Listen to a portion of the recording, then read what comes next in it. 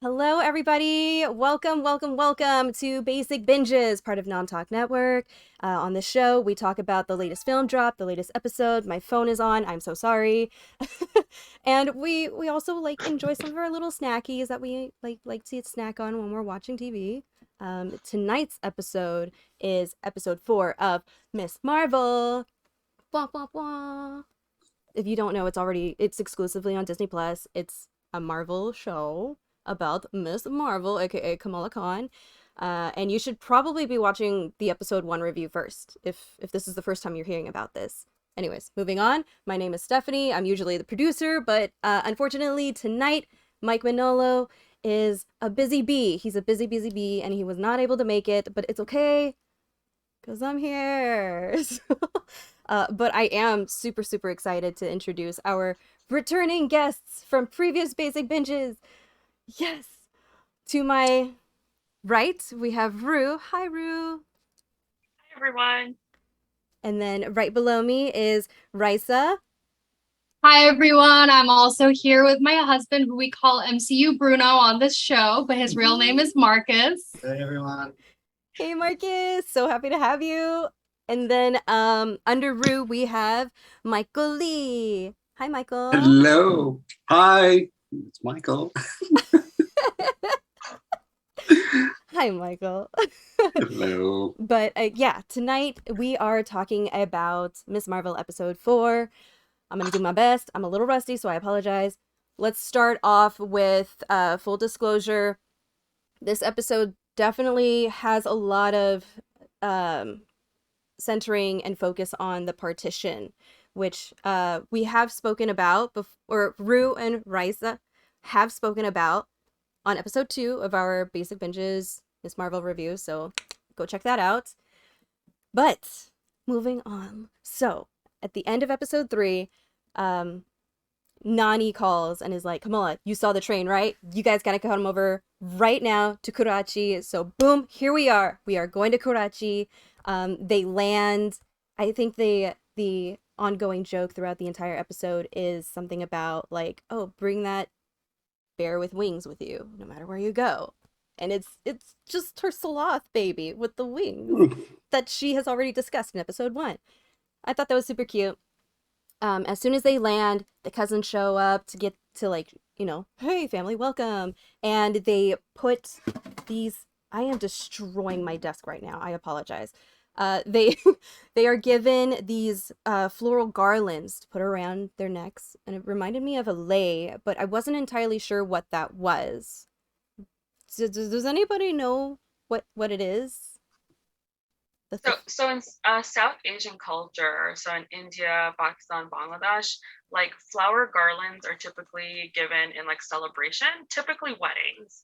But for a super joyous occasion, someone coming from overseas for the first time, it's also given as a celebration kind of thing. So it's just more yay, you're here. So, something special. Oh, that's super sweet. Little do we know how the cousins actually really feel. I would say in practice, it's pretty similar to a lei, actually. Yeah. Awesome. And for those who don't know what a lei is, 1, I'm so sorry. 2, it's a Pacific Islander, it's a flower garland. It's a flower garland. It's used for celebrations, special occasions, welcome to Hawaii kind of situations if you're ever a tourist out there on the islands. But I thought that the garland was absolutely beautiful. It was definitely hey, welcome to Kurachi, which I don't know if anybody else noticed, no yellow filters. Well, there was yellow filter, and I wanted to talk about it because I was like, oh, this show doesn't have yellow filter, and then as soon as we're in Karachi, it's yellow. Yeah. I'm like, come on, Marv. They had to do it. I do feel like it was warm toned, but I didn't think it was the same kind of yellow filter we saw, everywhere else. Some of it I do think was to cover up the green screen. It was a little obvious in those parts, but I thought that the use of reflective light and bokeh were kind of amplified for sure in Karachi. But I thought it was pretty. I didn't think it was that like stereotypical yellow filter.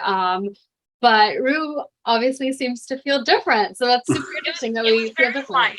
I agree. It wasn't as intense, but it was definitely. Okay. I mean, how are they going to show that they're in a different country without that? No, you wouldn't know that you're in Pakistan without that like little bit of a filter there. All right, so I was wrong. There was a little bit of a filter. But I was reading somewhere that it was like as Raisa mentioned that they kind of kept the same general color scheme of like certain areas in Jersey City where the main character lives, and as well as Karachi. So I mean, yes, but I'm glad it's not as obvious as most Hollywood films are. I do think like from episode 1, the show has been so colorful. So it's not like there was never a wash. Like her like quilts, the saris, a lot of like the stalls in the streets she's walking by, like everything is so colorful. Right from day 1 in Jersey City, all the way up to episode 4 here in Karachi, everything is very, very colorful, very, very, very vibrant. And I feel like that's really reflective of like Indian culture and South Asian culture, where all our clothes, our buildings, our decorations are all very, very colorful, and maximalist is really what it's called. So I enjoyed that. Ah. I didn't know that maximalist was a term, but I also should have known because minimalist is a term. Thank you for that. Makes sense. Yeah. I learned a new word today. And then Michael, how did you feel about like how the color scheme was when they landed into Karachi? Pretty much what Rue and Raisa said. It just remained consistent. And I kind of like that consistency with the use of colors, because you're already comfortable with this world, so there's no unexpected surprises, or your eyes doesn't have to adjust to just new things, to new sights. So yeah. All right. I also want to jump in and say, like, when they were in Pakistan, they didn't all of a sudden start with like Pakistani or Indian music, like to do like a setting change like they typically do in other movies, like welcome to this exotic world. It was still like similar soundtrack, you get the same kind of feel because it's the same character, it's just in like a different setting. So I really appreciated that too. Yay, Marvel. They're I doing am something super kind of curious where they filmed it. Like the whole time we were watching, I was like, I wonder where they filmed it. Like, was it Mexico? Was it like Key West or something? Because I will say I've never been to Karachi, but it didn't look anything like Bangladesh, that's for sure. So I don't know, Rue, if you've ever been to any of the other South Asian countries, or if you thought that it looked anything like that. But so I wouldn't have perspective in that sense. Yeah, it did look like a set. And I did just come back from Disney and Universal, so I'm just like, oh, maybe they filmed it there. Because they have their, like, exotic, Oriental, Middle Eastern, South Asian little worlds in these theme parks. So it kind of did have that feel. There are elements of it that were definitely authentic. Like, the vehicles were authentic. The stalls with, like, things hanging over it. They definitely had authentic elements. But oh, yeah, they tried for sure. For sure. I feel like it looked as good as it could for a Disney Plus TV show, Yeah, but it was too clean. It was too clean. Not enough people. Not enough crazy driving. Not enough dirt. Not enough pollution. Not enough garbage. And yeah, they try to pack that family on the bike though. That's what I remember, because we have that in Indonesia legit. Too. So that's a legit thing. I know. That was legit. But only 4 people on a motorcycle. That's not enough. There's more room. That's so I actually like drove a moped for like 4 years in college. My college town was like huge on scooters and mopeds. Every student had one. There was all kinds of signs and laws about them. And that happens here too. You will see 3 frat guys, like football player Bill, just stacked on top of this little scooter. So definitely not unique to Asian countries. That's for sure.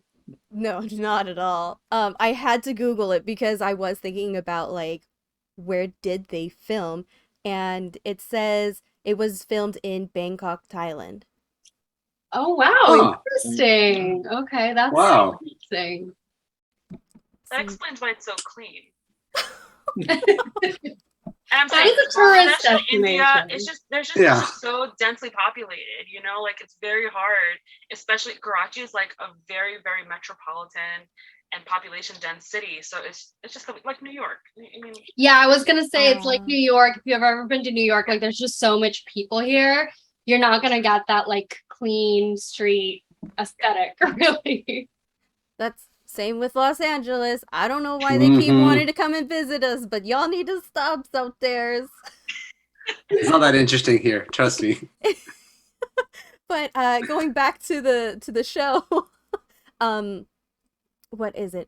Nani talks about like, oh yeah, a djinn, of course, like no big deal. Like, were It's you normal. surprised that she was like fully aware of it?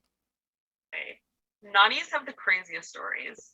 This is just like, you know, default, all grandmothers, they will tell you some like really cockamamie story and they're like, believe it 100%. And everyone's just like, okay, that's our grandmother.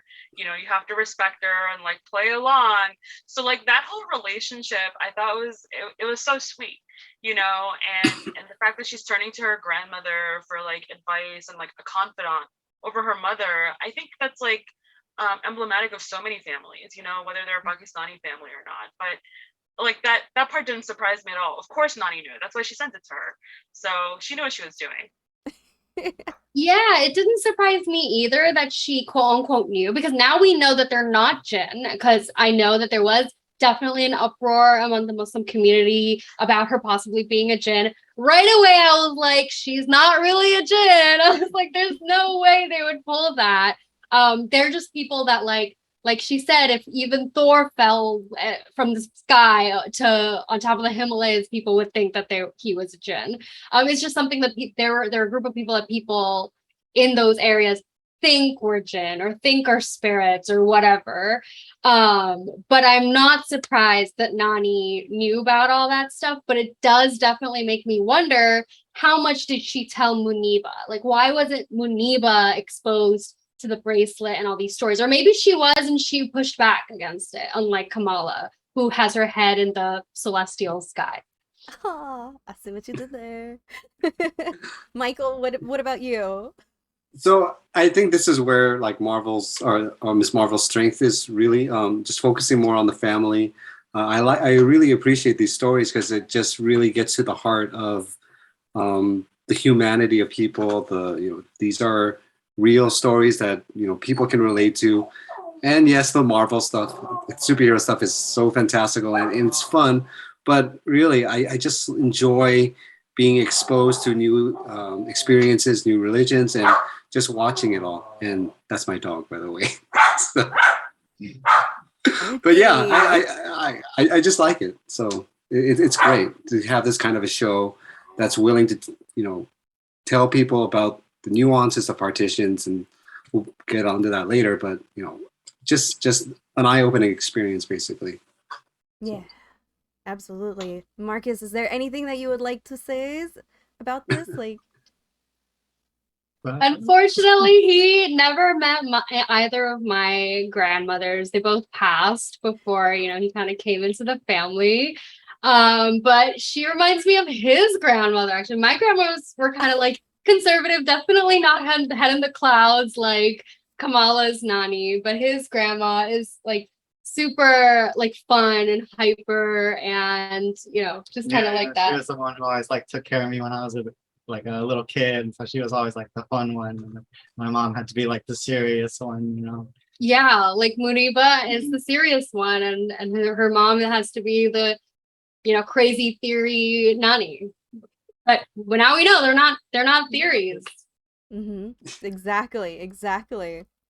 Because Nani mentions about seeing the trail of stars, saying that the bangle saved her life, and so it's interesting, and I find it very like loving, but also like, what are you thinking, Nani, when she sends the bangle to Kamala? Like, Kamala's a teenager, and you trust a teenager with this like celestial accessory that like does things. We never really got the answer to that question. I know Kamala asked, like, why did you send this to me? But she didn't really give her an answer. She was kind of like mysterious about it. Yeah, didn't she say like, "Oh, you're looking into the wrong thing"? Is that something that she said? I can't remember. She's giving importance to the wrong things.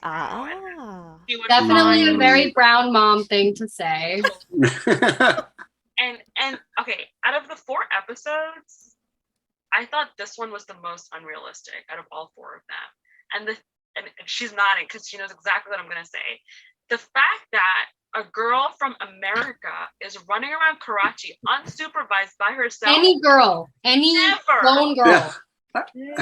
That was me too. That was like her cousins would never leave her there. 30s. No way we're going anywhere by ourselves. That's danger. Dangerous. Not just dangerous. First of all, the fact that she found the train station after those directions. Marcus was like, how did she find that? I thought she was gonna get Never. No, I was 100% Go, sure. like, what? No, donkey cart. Like, what? What are you saying? The whole thing. That is how they give directions there, to be fair. Yes. But her cousins would never leave her by herself there. I was gonna say that was definitely the most like immersion breaking thing. Her cousins would never leave her there. She would never go to that bonfire by herself. And then like I guess her cousins were covering up for her. That's probably what happened. 100%. That would have been true. Yeah. But that was crazy. I'm so glad you brought that up. That was like my first thought too. I was like, that would never happen. All the superhero stuff, yeah, I can believe all of that. Leaving this girl by herself? No, never. I'm still mad about it. That's the one thing that they screwed. Oh my gosh. I am so glad. I'm also very glad that you brought it up because it was in my notes. I was like, she mentioned the Karachi station. They were like, oh, okay, weird. So deuces. Like, they just leave her there? It's like, wait, really? Yeah, like go ahead, go figure it out. No, never. That would never happen. Yeah, it is. I did enjoy that they mentioned coffee because I do think, at least in Bangladesh, like getting coffee just in the middle of the day, very common thing to do for sure. I guess like Indian coffee is different, you know, it's totally like it tastes different there. So definitely more like a kind of afternoon tea type thing. They do that there too. So I was like, oh, they would totally leave to go get coffee, but I don't know if they'd leave Kamala by herself and not take her to the train station. Yeah, they would drag her. They say, oh yeah, we'll take you later, and lie to her and make her have coffee. That's what would really happen. See, that's what has happened in my family history too. Like, yeah, I know, we'll totally check that out after this thing that we want to do. Oh no, look at the time. I guess Kamala wasn't worried because she is a superhero. Like she does have a higher chance of getting out of a bad situation than other people. To be fair, I guess. But her cousins should be worried for her though. Yeah, her cousins should be worried for They her. don't know that.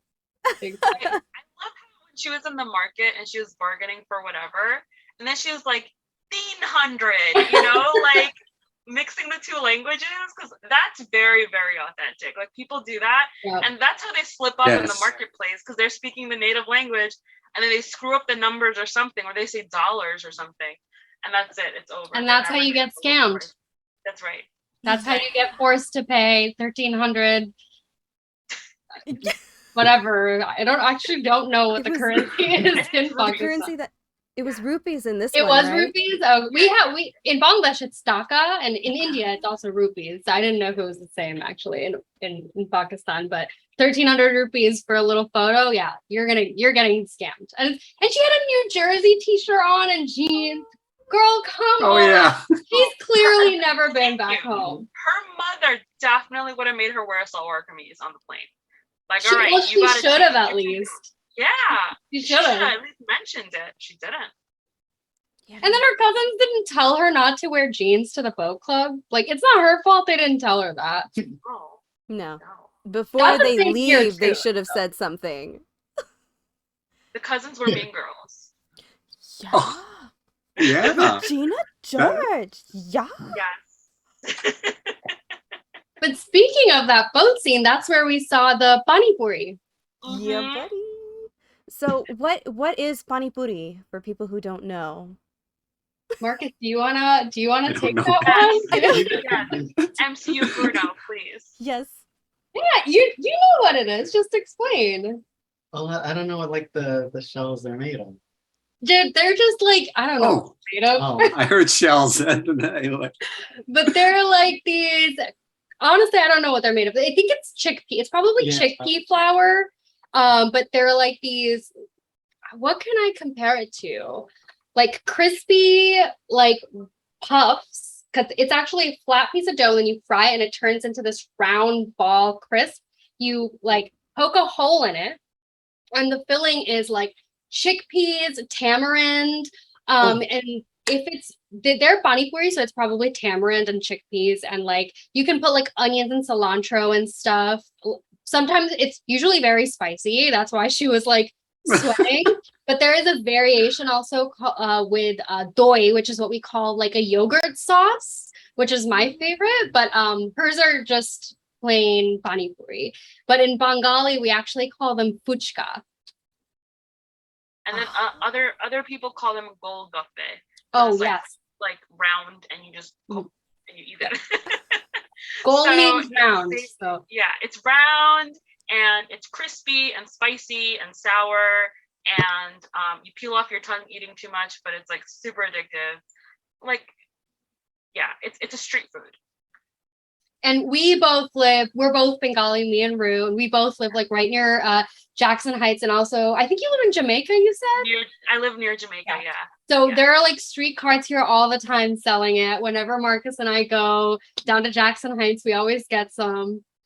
Oh, that And sounds so Eid's good. coming up. We're making jotpoti or jot, and we buy like the crisps already made, and we punch holes and we just like overload during our holidays. But yeah, it's a food that everybody loves. Oh man. Well, that was gonna open up a question, and it reminded me of a question that I forgot to do. So the question in regards to the pani puri situation, because it is a it is a street food, Mhm. you know. So what is your favorite street food? And then what are you eating if you are eating or drinking right now? So I think Michael should go first. What I think about. well, street food. Well, I'm not specifically South Asian, but I'll go to Indonesia since I am Indonesian. It's either some form of satay or mi ayam goreng. So yeah, because it's usually satay is like chicken, whatever protein on a stick, and then mi ayam goreng it's served inside this like banana leaf, and inside that banana leaf is like noodles and hard-boiled eggs and chicken and all kinds of spices to it. So yeah, that's what I would eat in Indonesia at least, That sounds from so the good. street food. So I want noodles now. I guess for Bengali street food, I actually would say pani puri or fuchka. But my favorite is of course the one with the yogurt, which we call doi fuchka in Bengali. And Bengali fuchka is actually a little bit different from like Indian pani puri. Like they're kind of heavy on the chutneys and the sauces, and Bengalis kind of go heavier on like the chickpea stuffings and stuff. So I definitely love a good doi fuchka. But here locally, like non-Bengali street food, we have like skewer carts. And yeah, yes, he was yeah, gonna say the skewer. skewer carts. I like to get the chicken gizzard skewer carts extra spicy. I love those. What about you, Marcus? Yeah, no, I'm gonna go skewer carts, but I like the lamb skewers. The lamb skewers are very good. Nice. That sounds. Oh gosh. And then Rue. Okay, so I was definitely going to say fuchka as well, but a non-fuchka answer would be in Bangladesh, and this is like one of my earliest, strongest memories of like when I visited. Like whenever you stop the vehicle, like there are like hordes of kids trying to sell you stuff, and one of the things that they would try to sell you is this fruit that's native to Bangladesh called amra, and what they would do is they would cut it so it like opens like a flower, and the seed is like very hairy, which sounds gross, but it has like burrs, so it's like very difficult to like get rid of the pit all by itself. and they would season it with like street dust. I don't even know what they put on it, but it would be so sour and tangy and spicy and delicious. And like anytime anybody goes to Bangladesh, we're like, oh, please bring back amra, except you can't, because you can't bring back fruits that are like native to like another country or whatever. So to me, like spiced fruit is definitely something like one of my most favorite things. So over here in New York, you have like the mango cart ladies who like, you know, season up the mangoes with tahini and stuff. And that's also really good. But like, I definitely have like a soft spot for amra from Bangladesh on a stick. I don't know why it's more delicious on a stick, but it is. That's actually why my parents live in Florida, and that's where I'm from. And that's actually why they live there, because they grow all their like Bengali. I'm not even sure it's legal, to be honest. But in their backyard, they have 2 different species of mango. They have like this. Ooh. They have kathal, which is jackfruit, Yeah. Bengali jackfruit. They have this thing. It's like a custard apple, but it's not really like the kind of custard apple you know in the US. It's red and it tastes like custard, but in apple shape. And they have all these weird, crazy Bengali fruits that they just grow, because you can grow anything in Florida. But I'm super ashamed. And every time I say this, I'm like disowned by all my cousins and my parents and stuff. I'm like anti-fruit. I feel like really weirded out by most fruit types. You see, Rue is like super shocked that I can't eat like mangoes or lychee or anything because the like textures weird me out. Okay. I get it. I get it. I know all the I Asian like people lychee are, though. like, Oh my gosh, lychee is so. All the Asian and South Americans, Central Americans, Africans, they're all out for you now. I know. I try, I try so hard. Like anytime he gets any fruit, I'll like have a little bit of it, but I just can't. I just can't do it. Well, I mean, with mangoes, you got the hairs, so I get it. No, It's don't like get the me wrong. sliminess too, but mostly anything with seeds, I can't do it. I can't do seeds. Like I'll do like citrus. I'm pretty good about citrus, pears, and apples. I'm okay. Okay. But like anything with like seeds, like strawberries, I cannot do it. Anything with like sliminess, I cannot do it. I can sometimes eat like some lychees, like underripe lychees, because they're not as slimy. But I can't. I have a hard time with it. Rue is just shocked. Her mouth is just. American of you. I was born there, and my parents force fed me fruit. It's something is wrong with me. They force fed me fruit, and I still can't eat it. I can't wait to watch this video again because I'm sure my face went through a whole revolution. I was just like, like- I'm leaving it as 4 people on one screen because the faces are just beautiful. For me, I think my favorite, because my mother's Korean, my favorite snack would be pat bingsu, which is like shaved ice with like condensed milk, red bean, fruits, and a non-Asian thing, but it is though. It's very similar to what Rue mentioned, like with the mango pieces, and then they put the tahini and the chamoy on it, and it's just, especially right now, so good. Yeah. So Oh, another street food, Marcus, that you like. He likes I guess it's not. I don't know if it is a street food, but mango sticky rice. He loves that. Oh, yeah, We have a similar in Bangladesh. They also eat like, but it's rice with mango and like sweet milk, but it's not sticky. But they do the same thing there too. Oh man, that just sounds good. But it's really funny how you were saying that you're not super into like fruits and things, and and Rue's response is very American of you to say. Okay, story time. All right. I was at like a work conference, right? And it was an 8-hour training, boring, no matter what the topic is, it's just too long.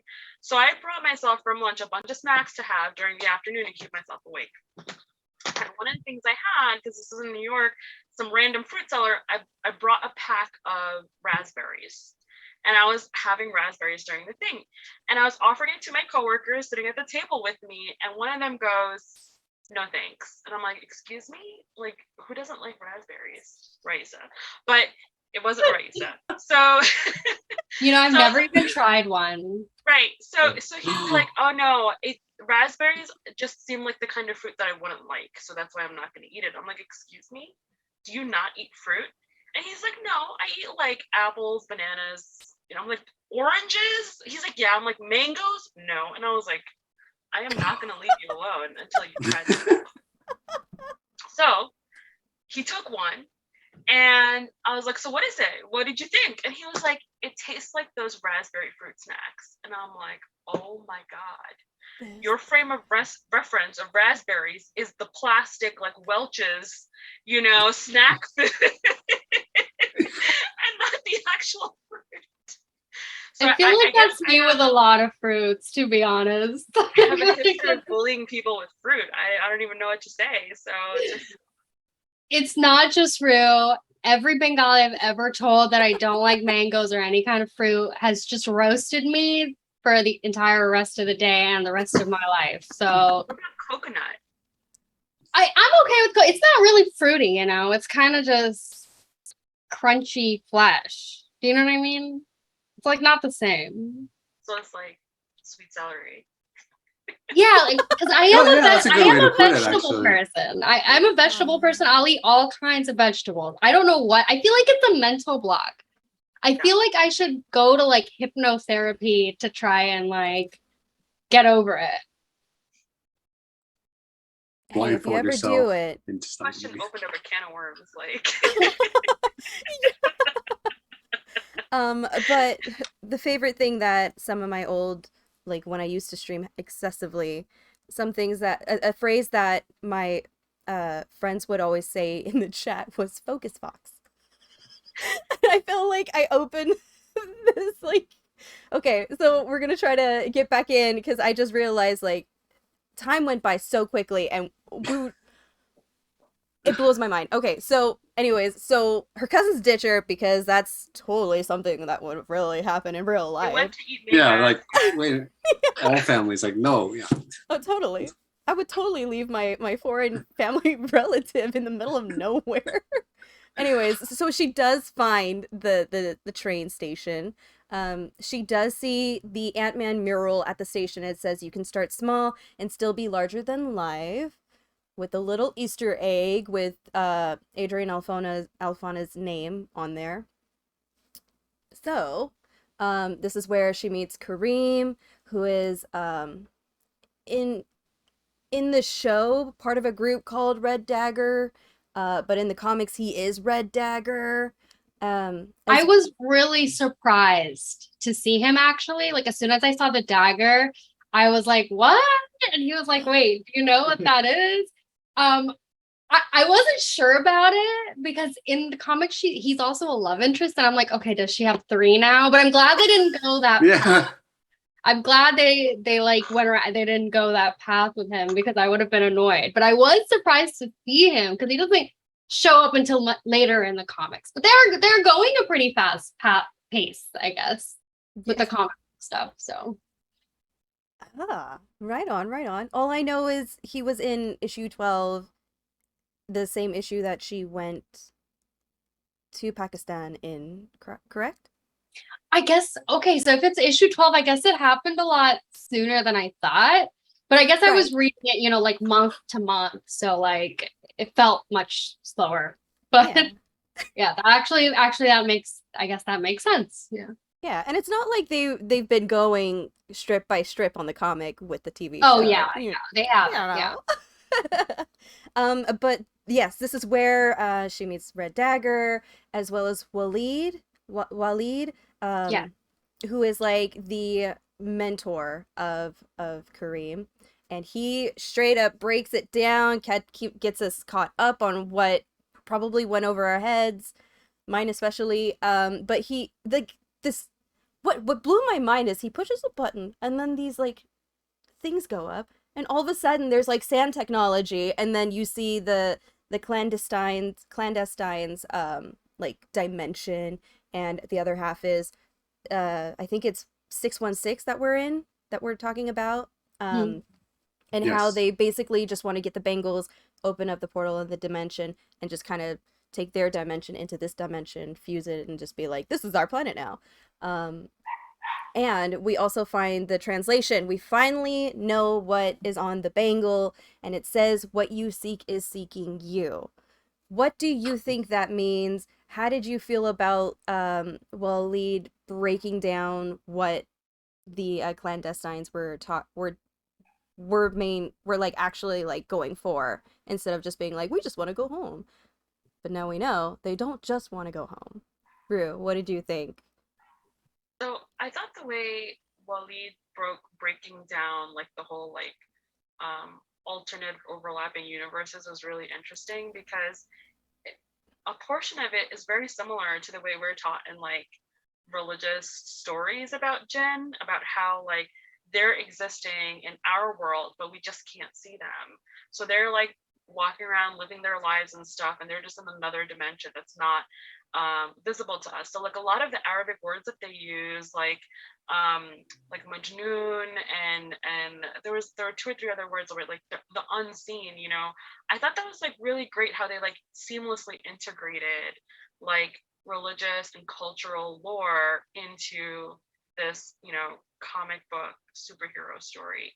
Um, I think that the explanation of like anybody that's not human as jinn is like very pragmatic, because as soon as we don't understand something, like, oh, they're jinn, they're just like supernatural, they can do something more than that, more than what we can do. So I thought it was really cool, and I really like the technology. I'm like, cool, what's that purple world? I want to see what it looks like. But yeah, no, I thought it was a great scene. I thought it was a great scene, and I thought like when they go through the kitchen and then suddenly they open up into this beautiful like green like oasis, I thought that was so nice. And I do want to bring up one thing that I'd mentioned, you know, to you all before, like her power. We were talking about her power in like episode 2 and how like her powers are different from the comics versus now. But Nur or light is like referred to a lot in the Quran, you know, like God's light or the light in humans and light being a guiding force. So I think it's like super poetic that like her power and strength comes from Nur, and they just like so casually refer to Nur in this show, and I think it's just really nice. So I thought that whole scene and the explanation of Nur in the prior episode and this episode was just like really great. Yeah, it definitely didn't give me the vibes of the live action Mulan, where chi is a magical force that makes you do superpower things, which I call shenanigans on. But Michael, how did you feel? What did you think about this scene? The the sand technology you were talking about kind of reminded me of the Black Panther opening.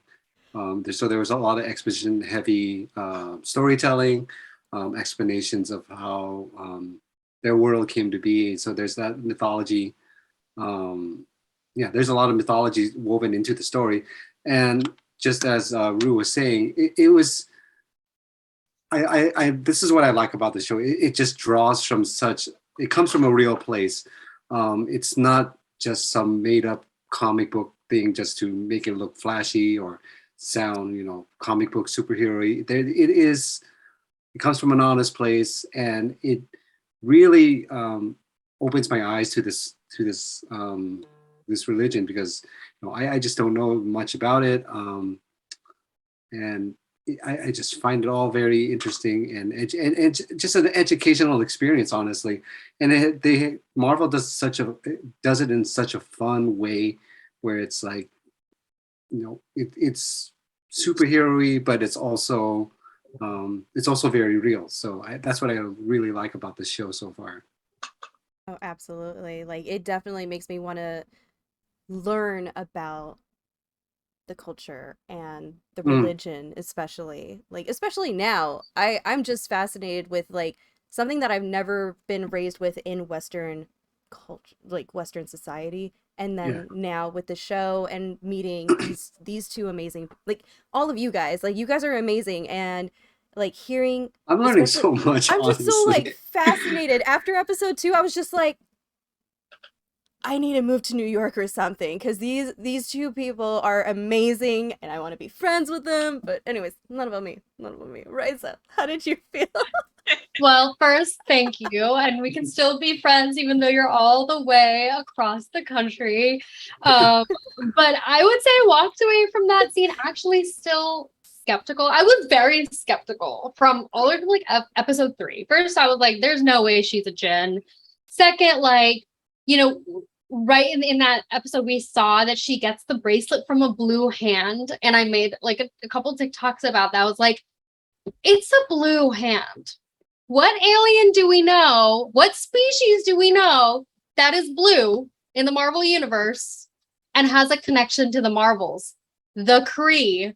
So like, we know that this, in my mind, we don't really know for sure, but in my mind, it's like definitive that the technology itself is like connected to the Kree. So I'm skeptical about the Noor dimension in the sense that like, I'm not sure these clandestines are like telling the truth really about where they're from. And now that Waleed is gone, how a lot of his knowledge is probably gone. And we don't know why they were exiled we don't know why they were exiled from their dimension. So and in the comics, you know, she has a connection to the Inhumans, and we know that the Kree created the Inhumans in the Marvel dimension. So I'm like, is this their way of bringing in the Inhumans or a species similar to the Inhumans? Because the Noor dimension, that does not exist in the comics either. So I was very surprised that they would come up with this completely new concept for the MCU. Not that there's anything bad about it. I'm just like keeping I'm just being a little bit skeptical. I'm like, I feel like this is not the full story, but I definitely appreciate the connection to like Islamic lore, and because it definitely makes it look like the religion I grew up with look a lot cooler than it did when I was a kid.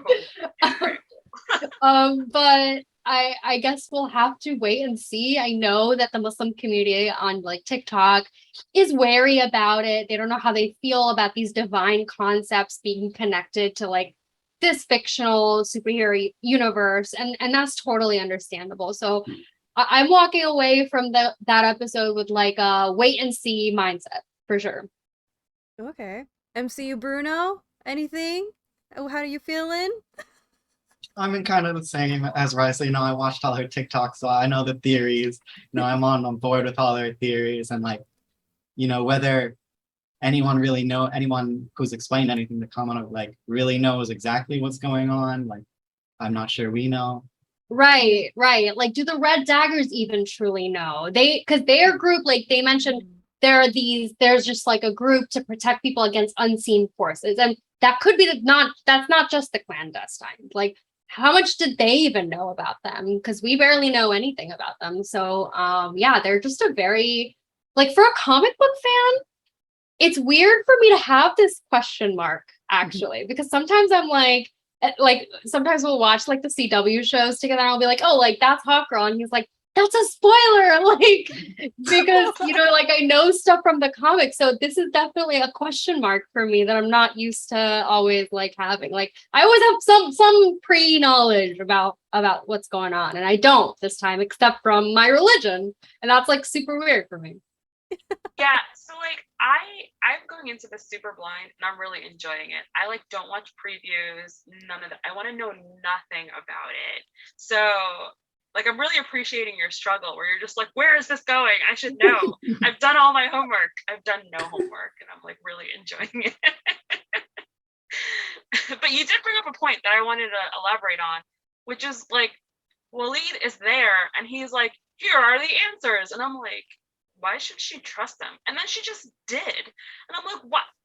You're a girl from New Jersey. You don't trust anybody. And she trusts everyone everywhere. And that's another thing that I find really difficult. Yeah, she just believed like this lady. I was like, okay, Najma wants the bracelet. She's gonna tell Kamala whatever she wants to get that bracelet. Not that Kamala knows that, but she just like, but she's a very naive and very trusting girl. Mm-hmm. And she like just believed Najma when she said she was a Jinn, and she just readily accepted that she was a Jinn. I was like, you know, she knows that she's Muslim, so she's gonna tell her that, tell her or talk about these concepts she's already familiar with to try and convince her that she's on her side.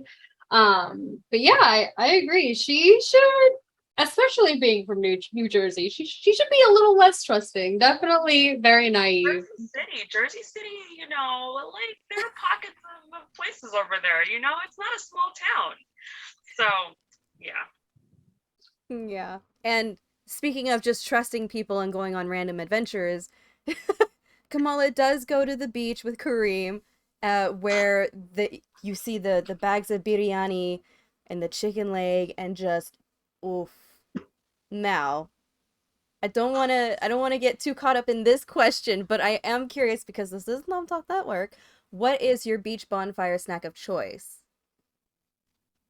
So, I mean, have you ever had biryani at the beach though? That's the name of my new band.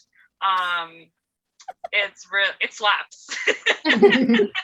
I've never had biryani at the beach. I feel like it would be too hard to eat, but I guess that's why they eat it out of a bag so that like sand doesn't get in it. Yeah. I'm from Florida, so like we were from Florida, so we were kind of like that food's gonna get sandy. Like we know Everything's gonna get sandy. that food's gonna get sandy, but I don't know, maybe the beaches of Karachi are different.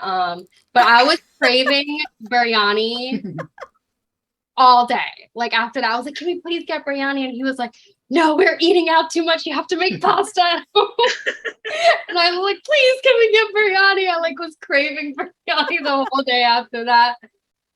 I also was craving biryani today when I was watching the show. Like, Alex, can we order some biryani? And he's like, but I just ordered this. Do you not want it? And I was like, I mean, I'll eat it. So the bag thing really made me laugh because I'm sure there's to-go containers now, but like I want to say like 20 years ago when I went to Saudi Arabia and my dad, we were just visiting. My dad went to get breakfast, and for breakfast he got like a flatbread, kind of like naan, but it's burrata, and he got dal. And it's dal and burrata, but like the dal was like really soupy and liquidy, so they gave it to him in a bag because they didn't have like Tupperware, and like my dad gives us bags of dal, and I'm like, what am I supposed to do with this? It's like the weirdest feeling. It's like this warm plastic. And then in Bangladesh too, when we were in hotels like 15 years ago, they like to go is not a thing. You just eat in the restaurant. So they gave us bags of dal, bags of curry, bags of rice, and then you have your plate in the hotel and you like dump it on your plate and you eat it. And I'm like, it's smart, but also super weird. But so like that's what they did. But I know like recently, I would say in the last 5 to 10 years, Bangladesh has taken like a really serious stance against like plastics and things like that. So like it's not as readily available. Like when you go to the store, like getting a plastic bag is really difficult. Like fabric bags started there much earlier than it started in the US because like they don't have garbage processing the way that like we do here. And by here in the US, we just like pack it up and ship it to other countries. Like that's the kind of country it goes to. So total environmental diversion. But yeah,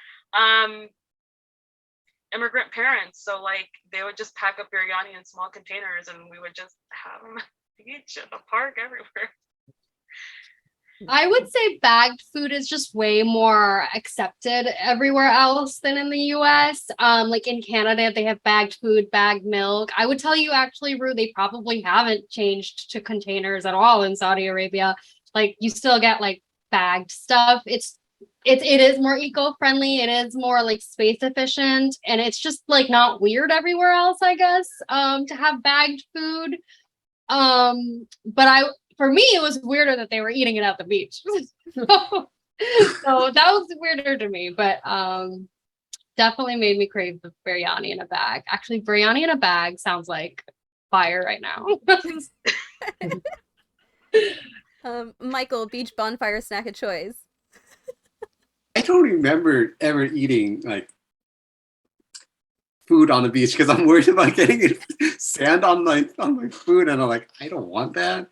So I'm always weary of people like cooking, like barbecuing on the beach and those fire pits. Like, you're not worried because there's these kids always running around kicking up sand and everything. So, but that's besides the point. If I were to talk about like food in a bag or anything like that, especially in Indonesian cultures, we have this thing called nasi bungkus. It's similar to the mie ayam goreng that I'm talking about. It's all in a bag. It's like a pyramid kind of shaped thing where you unfold it and you get like beef, chicken, shreds of egg basically, and it's all spicy. And you can mix it together or you can eat it individually, but you got to eat it with your hand. I mean, you got to like scoop it up and eat it with your hand because that's the way to go. No utensils. And I just love that kind of food where you just you don't have to use a spoon. You just eat it with your hand. And it's very efficient. And after that, you're done. You just wipe it and you can go. So food in a bag, any form, I would love to eat basically. So you said it's in a pyramid shape. Is it like wrapped in leaf? Yeah, it is wrapped in a leaf. Yeah. So it's like either like a banana leaf or some sort of strong leaf. But yeah, it's great, honestly. Oh, right on.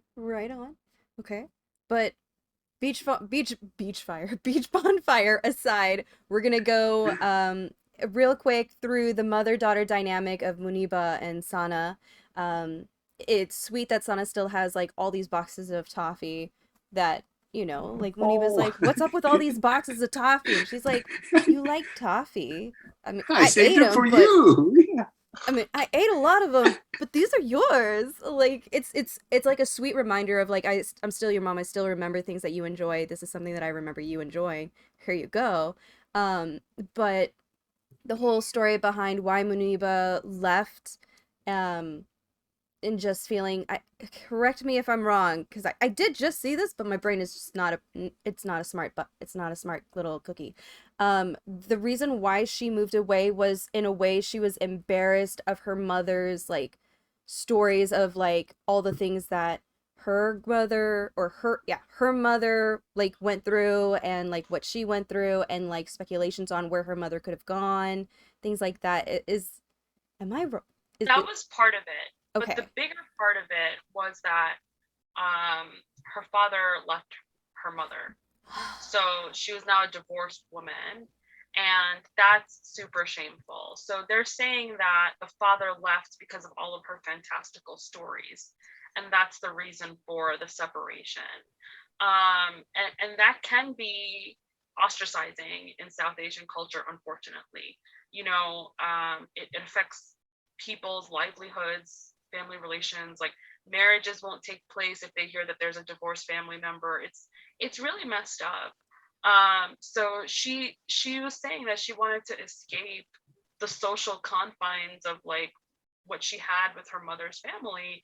So that's why she left, and she needed a change. And that was I think very real. Very real. I think a lot of people would empathize with that. I agree. I related a lot to in a way. I was a little disappointed in her for leaving her mom, because I feel like, sometimes I just want to take my mom and go somewhere else, but I totally get that. Unfortunately, like within our culture, there is this like toxic, we saw the Illuminantes, and that was like a comedic relief, but there is this very real like toxic side of that, this toxic like judgment and gossip within certain parts of our community. And yeah, I guess like being divorced and just being somebody like, we heard the rumors that those people all the way in America were saying about Aisha, like she killed somebody, and people talk. And sometimes I have a huge family. My dad has 10, like there's 10 of them, they're siblings. So, and they have kids who have kids, and the bigger the family, the more the drama. So I totally relate in that sense that like sometimes I do want to just take my parents and move away somewhere in a completely different time zone where none of my family can communicate with me. And so I do understand in that respect, like there is that struggle and that kind of social ostracization that is unfortunate. That's like a negative, I would say, in our culture. But I would say it's also changing, like especially with the younger generations. Like we have TV to entertain ourselves with now, so we don't have to gossip, I guess. But yeah, I would say I related in a way, more to with Sana, with her Nani, than I did with Muniba, because she was the one that was stuck there without her daughter. And Kamala had apparently never been to Pakistan before that. So, and that's so, like, I couldn't imagine, not having ever been back to Bangladesh since moving here, or if my brother never having been there, he was born here. That's really sad. That's a really sad side effect of that whole situation. Yeah, I was surprised by Kamala having such a close relationship with her nanny after not having met her, or maybe she came to America. Like I didn't understand how they could be so close. I thought that was really like interesting, but I think the what the show explores in terms of like the immigrant story and the diaspora and like coming all the way around the world, it's a, I would say, boomer coming of age story where like here in the US kids or adults move away to college to like get away from their parents and try something new. In South Asia, what happens is like they immigrate to Europe or to the US and or Australia, and they try something new there, so because they're not really like separated from their society if they just go to another city in that country. So I appreciated that they like talked about it, a little bit. Yeah. Michael, anything that you would like to add with this? No, actually, I no, everything was beautifully said, honestly. Okay, and then MCU Brew. I'm gonna have to agree on Michael on this one. I'm just enjoying learning about all these different, stories, experiences, especially about the immigrant experience and some of the generational trauma that comes with it. It's all very relatable too. So because I certainly know what that's like as an immigrant child to hear these stories of why they moved and some of the generational trauma that comes with that. So yeah, it's very relatable. I mean, he experiences some of those struggles, like he definitely does, like through me, like some of the phone calls I have, some of these conversations I have with my cousin, and he probably thinks sometimes like, why the hell did I marry into this family? But and that's like another thing is like, I'm sure like Muniba, she kind of just moved away and like kind of just didn't deal with it. But I'm sure that Kamala's dad like feels those struggles with Muniba. Like when you adopt a partner into your family in our culture, they get all the baggage that comes with marrying into that family. And that's true like everywhere, but like I feel like especially in Desi cultures, like my burdens are my trauma's your trauma. My burdens are his burdens now. And that's also like another, like it can be, I can understand how Nani's husband, that put a strain on their relationship. It definitely does with married people in my family. It definitely puts a strain. Like, why do I have to deal with this much baggage? Why do I have to deal with this kind of gossip or whatever? Like, I can totally see how stuff like that, like people talking about Muniba, about Nani, about Sana, like all the time could put a strain on her husband and Kamala's grandfather. Yeah, I just enjoy how it almost feels like Muniba and Sana finally understood each other to an extent when Muniba said, I didn't need your stories, mommy. I needed my mother. So it was a realization of like, yes, you had so much focus in on one thing, but you also forgot to focus on your child and that, or your family, and it put a strain. And as you said, like those kind of things can damage a family. So that sentence that she said, I feel like helped their relationship specifically. I'm really glad you brought that up because, especially after like the second episode, there was so much people saying Muniba's abusive. She's just as bad as freaking Mark Spector's mom. Are you kidding me? Like, she's a great mom. Kamala like snuck out and stuff, and all she got was like a Kamala, you disappointed me. She's a great mom. I mean, in a way, in a lot of ways, brother's wedding. in a lot of ways, Muniba like didn't break the cycle for certain things, but did in other ways. You know, like I think she's like a very like listening and understanding type of mom, and she is in the comics also. Like she's the one in the comics that like keeps her, spoilers I guess, keeps Kamala's secrets and encourages her to continue doing her hero work. And I hope to see that too in the MCU show. Oh, I hope so too. I think one of the great things about Sana is that she's unrepentant in who she is, but it's also one of her weaknesses in her interpersonal relationships, right? Like she didn't compromise or consider her husband's or her child's perspective in terms of her actions, right? She's going around telling stories, this, that, and the other, and it drove her family away from her. But that was more important to her over her family. And that's foreshadowing for what happens next to Kamala. Like, you know, you have to think about like what are you gonna like live for, like this power and this, what you're gonna do with it, or your family, and just give up this responsibility because you want to be around a certain network of people, you know. So I thought that was really interesting. And then you see some of that, you know, when in episode 3, when Kamala's father was advising her brother about like, you know, choosing love and family over like fear and things like that. So I think the show is really heavy. It's really, really heavy, and they present it in such like an easy way, but it's a lot to think about. It's a lot. They're complex repercussions to every choice that's made, and I think they're doing a great job of showing that. Yeah, you know, Michael, you mentioned so many times how much like you're learning from the show.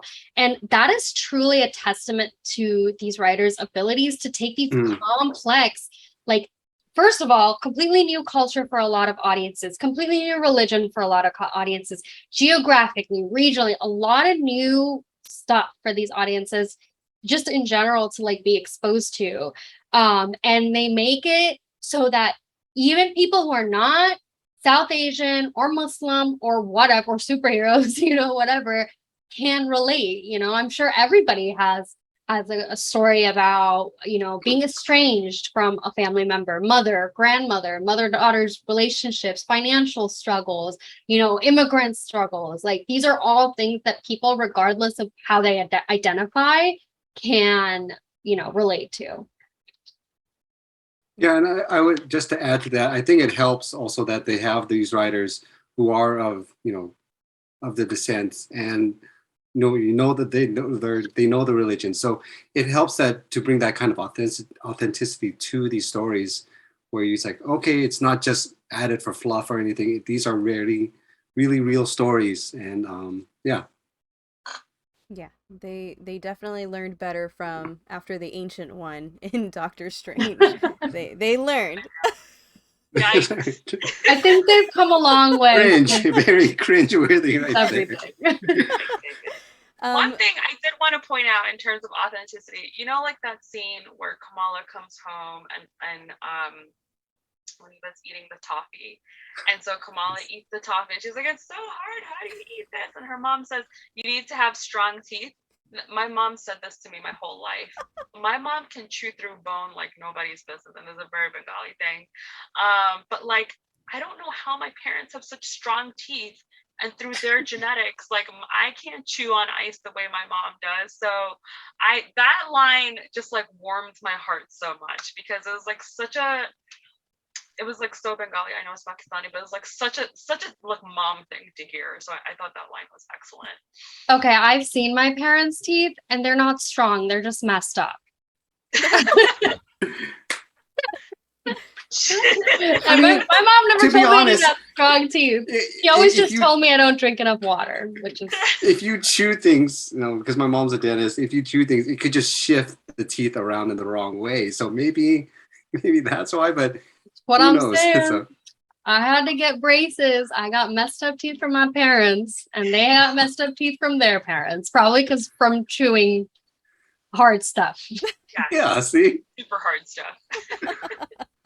Like Speaking of nuts and stuff, bones.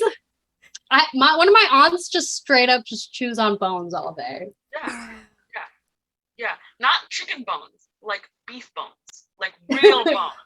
oh, they're probably Yeah. trying to Like the get the cartoony marrow. steak bones. Yeah. Yeah. Well, speaking of hard places, the clandestines, where we left them off in episode 3, were taken in by the Department of Damage Control. But as we saw, they did not stick around very long. Najma abandoned her son Cameron because apparently I'm not convinced she is. I'm not convinced he is. Abandoned, or the son. I'm not convinced that she's his mom. Oh. Yeah. Well, in the comics, Najma is not his mother's name. That's what I know. And why would she abandon him if he was really her son? Because I think maybe he's not really a clandestine. Maybe she adopted him. That's my theory. That's just putting that out there. We'll see. Well, I was then. wondering if he was her son or not. And I'm like, if you're like over 100 years old, like, wouldn't you have like mad children? But I don't know. That's true. But Had to keep it low key. but somehow they made it through the TSA. They somehow flew all the way over, and then they busted into the Red Dagger space, trying to go after the Bengal. And Waleed, we said hello, and then we said goodbye, and that is very sad. But when the scene where Najma finally gets to Kamala, does the knife thing, knife hits the Bengal, boom, Kamala's in the train station during the partition.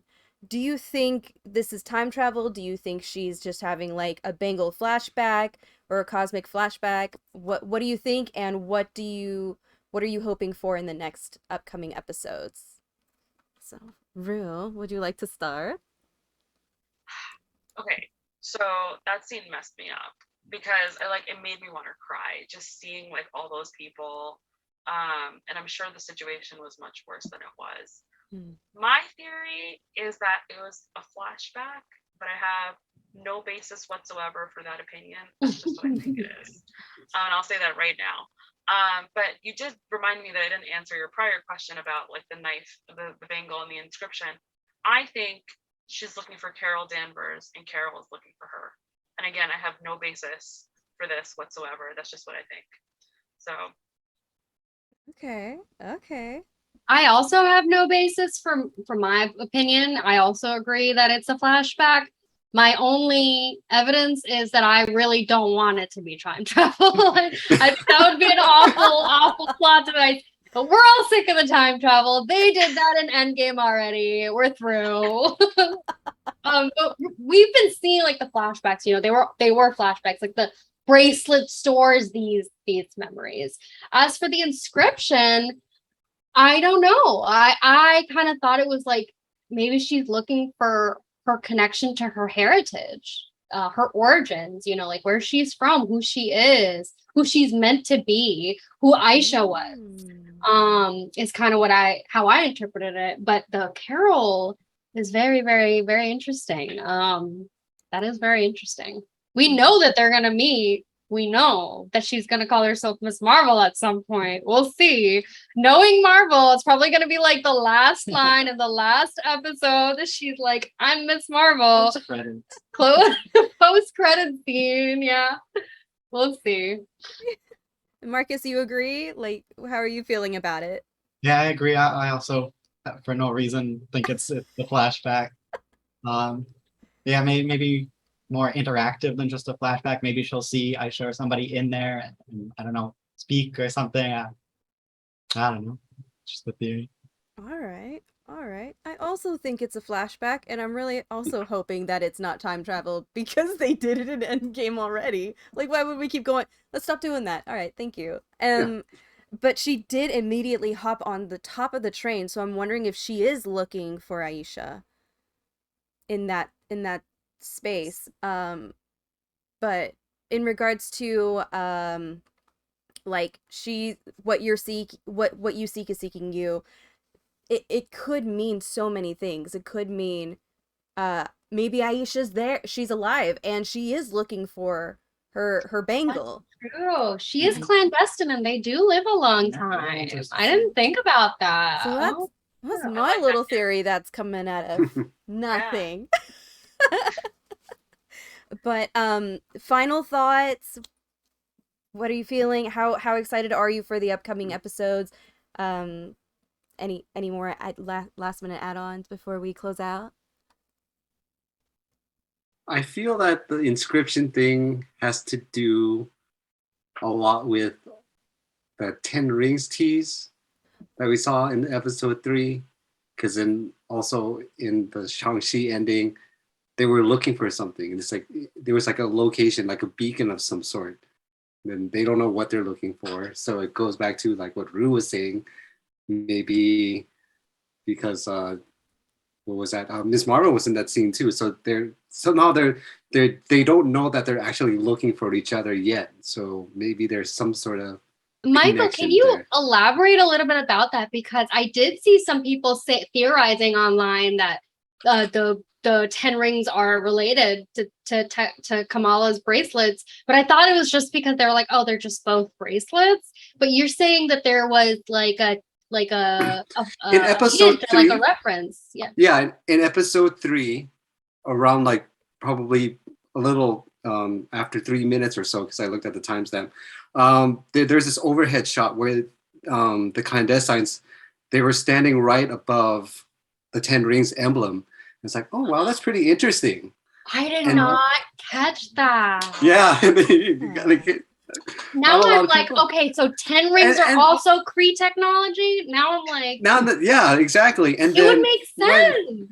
And then when Rue was talking about how, they're looking for something or she's going to look for Miss Marvel sort of things, like, hey, Miss Marvel was actually in, the Shang-Chi after credits where we learned that the 10 rings are actually like a beacon of some sort, or it was calling to something, but we never know what it was calling to. And now, but there's remember, just maybe. So we thought they were calling, like, you're right. Those, like, the calling, the beacon, and the inscription could totally be connected.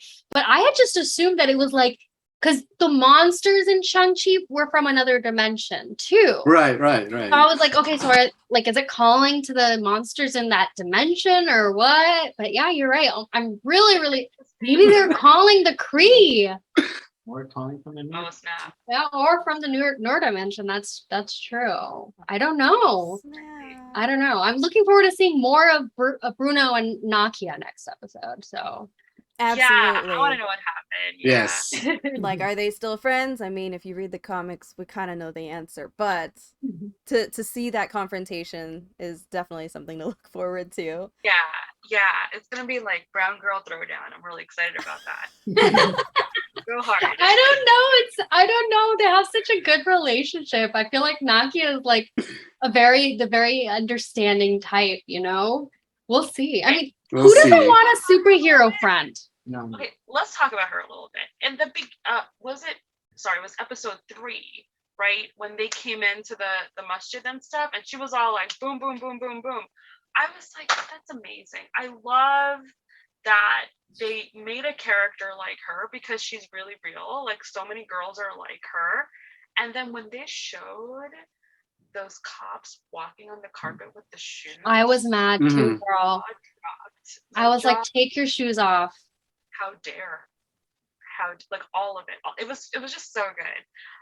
But she's such a spitfire. So I feel like there could be some tears, some angry words maybe before they like make up and become BFFs again. So I just like how Naki is like on point during about the education too. It's like, we only spent 6 weeks on this, but only 2 weeks on the Muslim stuff. It's like, I'm learning partition through a show. I've never learned about partition through my own education. So that really speaks to the real world failures of our education system that I have to learn about this stuff. Don't like people knowing that they did bad things. So she's like, yeah, she's right. I wish I could spend more time on this instead of colonizers. Why do I need to learn about that? So. But in terms of like final like wrap up thoughts, like I'm just really tired of this show bringing tears to my eyes in every episode. Like, I never know what it's gonna be, but something, and I'm just like, is it one time, two times? What is it that's gonna bring tears to my eyes in this episode? So I'm looking forward to see what that is in the next episode. I don't know. It makes me mad. It's a very poignant show. All right, that's fair. Raisa, you're good. How you feeling? Yeah, no, I was just gonna say, yeah, I just want to see more of Bruno and Nakia, and also Yes. Bubba, also her Bubba, because I love him. I just bought my dad a little Hulk costume to wear to SuperCon with me, and he's gonna be he's been watching the show religiously every Wednesday. He's been watching the show, and he's in love with it. So definitely looking forward to seeing more of them. Oh my Is your gosh. dad gonna do like the face paint too, or a mask? I don't know if he'll be down for that. We'll see. Well, I can't wait to see pictures of that. But on that note, this is all the time that we have today to talk about Miss Marvel episode 4/3/2/1. Like, because they're all correlating, like, they all attach to each other, you know? So it's not like one review show is gonna be just about this one. Like, we have to go back and refer to previous episodes. But thank you guys all for tuning in. Be sure to join our Discord to continue the conversation. Shout out to Rue, Raisa, MCU Bruno, aka Marcus, and Michael Lee for being on the show. Y'all, please tell us where we can find you. Rue. You can find me on Instagram, Twitter, and everywhere else at Helalipop. Boom. All right. Raisa? Yep, I'm most active on Instagram and TikTok, and I just posted a couple of videos about my Miss Marvel cosplay, and there is some more to come on that. But you can find me under Raisin Cosplay for all social media. All right. MCU Bruno, aka Marcus? He's also Yeah, Raisin just follow Cosplay. Aww. All right. Michael Lee? Yeah, you can find me at I am Michael J. Lee on all socials, Instagram, Facebook, TikTok, and whatnot. So yeah. Alrighty. And then you can find me on at Nom Talk Network. And just keep it there. We'll just keep it there for now. Yeah, at Nom Talk Network. You can listen to our shows on Google Podcasts, Spotify, Apple Podcasts, wherever you stream, basically, the next day. Don't forget to subscribe, follow, like, whatever, to our YouTube, Facebook, Instagram, TikTok, blah, blah, blah. I don't know. Social media places at Nom Talk Network. Until then, tune into our next show. It is going to be on the 4th of July because I don't want to celebrate with fireworks. We are going to be talking about Stranger Things, back with Amy Cassandra Martinez. And until next time, hey, I saw the Hawkins. Yes. Yes. Speaking of. But yeah, until next time, I am your host, Stephanie, and you have a nomerific day. Okay, bye.